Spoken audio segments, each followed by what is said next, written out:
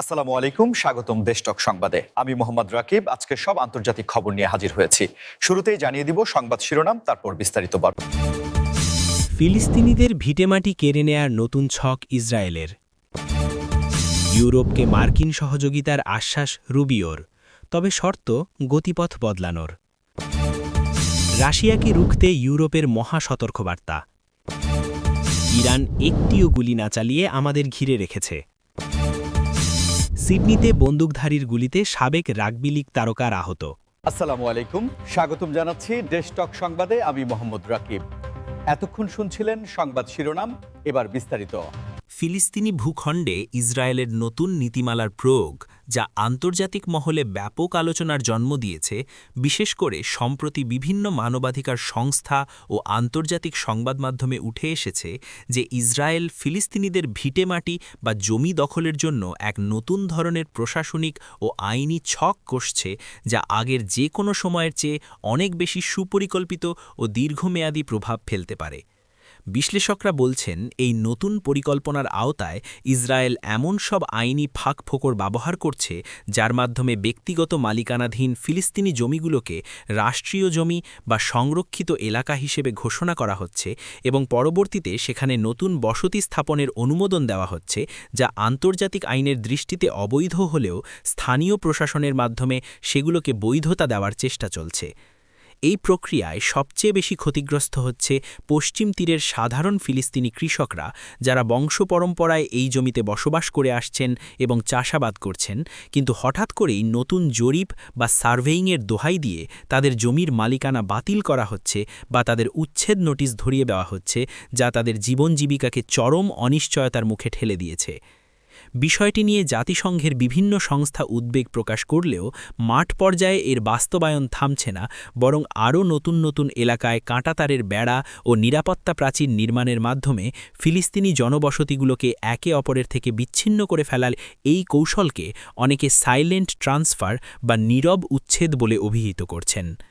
এই পরিস্থিতিতে ফিলিস্তিনি কর্তৃপক্ষের ক্ষমতা অত্যন্ত সীমিত হয়ে পড়েছে, কারণ আইনি লড়াইয়ে যাওয়ার মতো যথেষ্ট নথিপত্র বা আন্তর্জাতিক আদালতের রায় কার্যকর করার মতো কোনো ব্যবস্থা সেখানে নেই। ফলে সাধারণ মানুষ তাদের ঘরবাড়ি হারানোর শঙ্কায় দিন কাটাচ্ছেন। অন্যদিকে ইসরায়েলি কর্তৃপক্ষ দাবি করছে যে তারা নিরাপত্তার স্বার্থে এবং দীর্ঘদিনের অমীমাংসিত জমির মালিকানা সমস্যা সমাধানের লক্ষ্যেই এই জোনিং বা ল্যান্ড রিফর্ম করছে, কিন্তু সমালোচকরা বলছেন যে এর মূল উদ্দেশ্য হল জনসংখ্যাগত ভারসাম্য পরিবর্তন করা এবং ভবিষ্যতে কোনো স্বাধীন ফিলিস্তিন রাষ্ট্র গঠনের ভৌগোলিক সম্ভাবনাকে নস্যাৎ করে দেওয়া।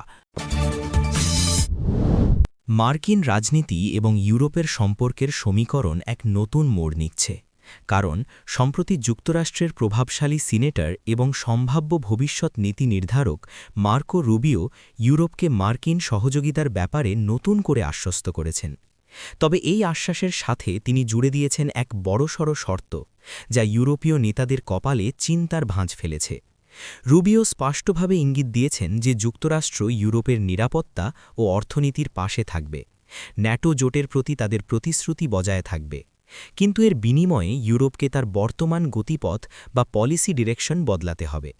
বিশেষ করে বৈশ্বিক বাণিজ্যে চীন ও রাশিয়ার সাথে ইউরোপের যে দোদুল্যমান সম্পর্ক বা কৌশলগত অবস্থান রয়েছে, সেখানে ওয়াশিংটন একটি স্পষ্ট ও কঠোর অবস্থান আশা করছে। বিশ্লেষকরা মনে করছেন, রুবিওর এই বার্তা মূলত ট্রাম্প প্রশাসনের বা রিপাবলিকান দলের সেই পুরনো আমেরিকা ফার্স্ট নীতিরই একটি মার্জিত সংস্করণ, যেখানে তারা মিত্রদের সাহায্য করতে রাজি, কিন্তু সেই সাহায্যের বোঝা যুক্তরাষ্ট্র একা বহন করবে না এবং মিত্রদেরও যুক্তরাষ্ট্রের ভূ-রাজনৈতিক স্বার্থের সাথে পুরোপুরি একাত্ম হতে হবে। ইউরোপের জন্য এই শর্তটি বেশ জটিল, কারণ জার্মানি বা ফ্রান্সের মতো দেশগুলোর অর্থনীতি অনেকাংশেই এশীয় বাজারের উপর নির্ভরশীল এবং তারা পুরোপুরি যুক্তরাষ্ট্রের নির্দেশিত পথে চলতে গেলে নিজেদের অর্থনৈতিক সার্বভৌমত্ব ক্ষুণ্ণ হওয়ার আশঙ্কা করছে। তবুও বর্তমান বৈশ্বিক পরিস্থিতিতে, বিশেষ করে পূর্ব ইউরোপে চলমান সংঘাতের কারণে ইউরোপের পক্ষে যুক্তরাষ্ট্রের সামরিক ও গোয়েন্দা সহযোগিতা ছাড়া চলা প্রায় অসম্ভব। তাই রুবিওর এই শর্ত সাপেক্ষে সহযোগিতার প্রস্তাবটিকে ইউরোপ কিভাবে গ্রহণ করবে তা নিয়ে ব্রাসেলসে চলছে তুমুল বিতর্ক। অনেকে মনে করছেন এর ফলে ইউরোপকে তাদের প্রতিরক্ষা বাজেট আরও বাড়াতে হবে এবং নিজস্ব সামরিক সক্ষমতা তৈরির দিকে মনোযোগ দিতে হবে, যা এতদিন অনেকটাই যুক্তরাষ্ট্রের ওপর নির্ভরশীল ছিল। রাশিয়ার সাথে তাদের চলমান উত্তেজনার বিষয়টিও এড়িয়ে যাওয়ার উপায় নেই, কারণ ইউরোপীয় ইউনিয়ন এবং ন্যাটোর শীর্ষ কর্মকর্তারা রাশিয়াকে রুখতে এক প্রকার মহা সতর্কবার্তা জারি করেছেন, যা বিগত কয়েক দশকের মধ্যে সবচেয়ে গুরুতর এবং সরাসরি হুঁশিয়ারি হিসেবে গণ্য করা হচ্ছে। এই সতর্কবার্তার মূল বিষয়বস্তু হল ইউরোপের প্রতিটি দেশকে এখন যুদ্ধের জন্য বা বড় ধরনের সংঘাতের জন্য মানসিক ও কাঠামোগতভাবে প্রস্তুত থাকতে হবে, কারণ গোয়েন্দা তথ্য অনুযায়ী রাশিয়া তাদের সামরিক উৎপাদন এবং সাইবার সক্ষমতা যে হারে বাড়াচ্ছে তা কেবল একটি নির্দিষ্ট অঞ্চলের জন্য নয়, বরং পুরো ইউরোপের নিরাপত্তা কাঠামোর জন্যই হুমকি হয়ে দাঁড়াতে পারে। এই মেগা ওয়ার্নিং বা সতর্কবার্তার অংশ হিসেবে ইউরোপের দেশগুলোকে তাদের ক্রিটিক্যাল ইনফ্রাস্ট্রাকচার বা গুরুত্বপূর্ণ স্থাপনা যেমন বিদ্যুৎ কেন্দ্র, পানির লাইন এবং ইন্টারনেট কেবেলগুলোর নিরাপত্তা জোরদার করার নির্দেশ দেওয়া হয়েছে এবং একই সাথে বেসামরিক নাগরিকদের জন্য আপৎকালীন পরিস্থিতিতে করণীয় সম্পর্কে সচেতনতা বৃদ্ধির উদ্যোগ নেওয়া হচ্ছে। সুইডেন, ফিনল্যান্ড এবং পোল্যান্ডের মতো দেশগুলো ইতিমধ্যেই তাদের নাগরিকদের জন্য প্রিপেয়ার্ডনেস গাইড বা যুদ্ধকালীন নির্দেশিকা বিতরণ শুরু করেছে, যা সাধারণ মানুষের মনে কিছুটা ভীতির সঞ্চার করলেও সরকারগুলো বলছে যে সতর্কতাই হল প্রতিরোধের সর্বোত্তম উপায়। সামরিক বিশ্লেষকরা বলছেন ইউরোপের এই সতর্কবার্তার পেছনে আরেকটি কারণ হল তারা আশঙ্কা করছে যে আগামী কয়েক বছরের মধ্যে যদি যুক্তরাষ্ট্রের রাজনীতিতে বড় কোনো পরিবর্তন আসে এবং ওয়াশিংটন যদি ইউরোপের নিরাপত্তা থেকে কিছুটা সরে দাঁড়ায়, তবে ইউরোপকে একাই রাশিয়ার মতো পরাশক্তির মোকাবিলা করতে হতে পারে।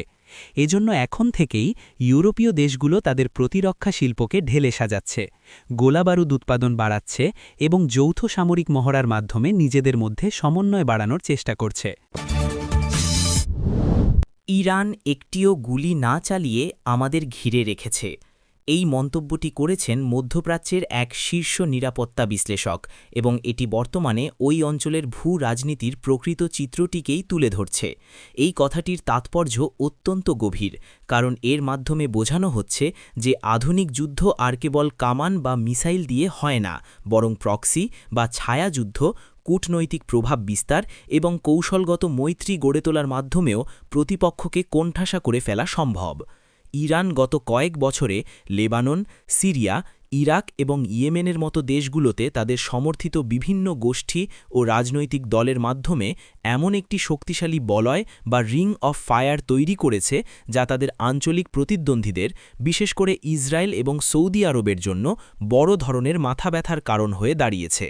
বিশ্লেষকরা বলছেন ইরানের এই কৌশলটিকে সফট পাওয়ার এবং হার্ড পাওয়ারের এক অদ্ভুত মিশ্রণ বলা যেতে পারে, যেখানে তারা সরাসরি কোনো দেশের সাথে যুদ্ধে জড়াচ্ছে না, কিন্তু তাদের মিত্ররা ওই সব দেশের সীমান্তে বা অভ্যন্তরে শক্তিশালী অবস্থান নিয়ে আছে, ফলে ইরানের শত্রুরা চাইলেও সহজে তেহরানের ওপর আক্রমণ চালাতে পারছে না, কারণ তাতে পুরো অঞ্চল জুড়ে একযোগে আগুন জ্বলে ওঠার আশঙ্কা রয়েছে।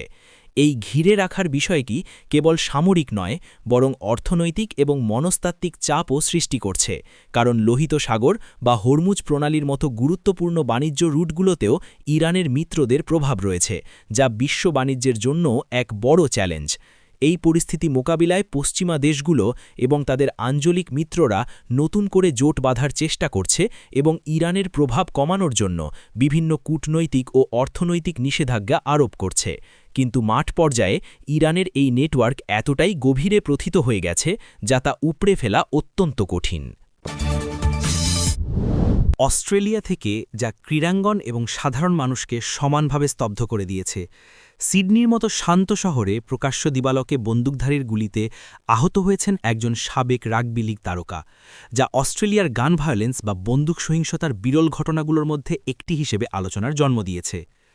পুলিশ রিপোর্ট অনুযায়ী ঘটনাটি ঘটেছে সিডনির একটি জনাকীর্ণ এলাকায়, যেখানে ওই তারকা তার পরিবারের সাথে সময় কাটাচ্ছিলেন বা ব্যক্তিগত কাজে গিয়েছিলেন এবং হঠাৎ করেই এক বা একাধিক বন্দুকধারী তাকে লক্ষ্য করে গুলি চালায়।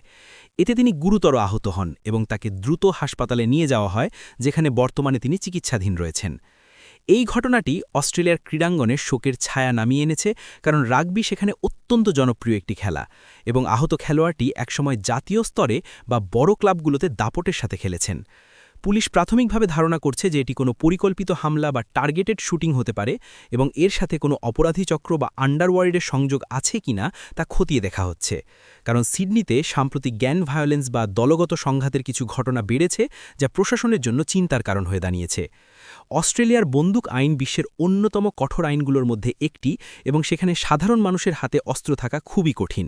তাই এমন হাই প্রোফাইল ব্যক্তির ওপর জনসমক্ষে গুলির ঘটনা সেখানকার নিরাপত্তা ব্যবস্থা নিয়ে নতুন করে প্রশ্ন তুলেছে। স্থানীয় বাসিন্দারা এবং প্রত্যক্ষদর্শীরা জানিয়েছেন যে গুলির শব্দে পুরো এলাকায় আতঙ্ক ছড়িয়ে পড়ে এবং মানুষ প্রাণ ভয়ে ছোটাছুটি শুরু করে, যা সিডনির মতো নিরাপদ শহরের জন্য একেবারেই বেমানান। পুলিশ ইতিমধ্যেই ঘটনাস্থল ঘিরে রেখেছে এবং সিসিটিভি ফুটেজ বিশ্লেষণ করে অপরাধীদের শনাক্ত করার চেষ্টা চালাচ্ছে। একই সাথে ওই তারকার পরিবারের নিরাপত্তা নিশ্চিত করা হয়েছে।